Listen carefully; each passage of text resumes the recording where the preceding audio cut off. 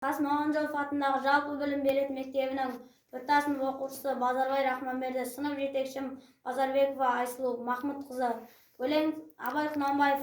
Өлең сөздің патшасы, сөз сарасы. Өлең сөздің патшасы, сөз сарасы.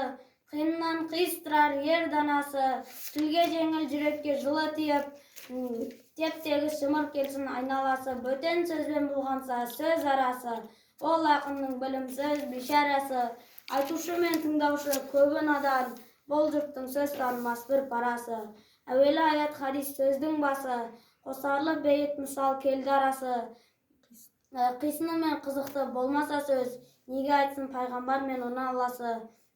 Мешітте құтпа оқыған ғұламасы, мінәжат уәлилердің зарын аласы. Бір сөзін бір сөзіне қиыстырар, әрбірі келгенше өз шамасы. Өлеңге әркімнің ақ бар таласы, сонда да бар солардың бар таңдамасы.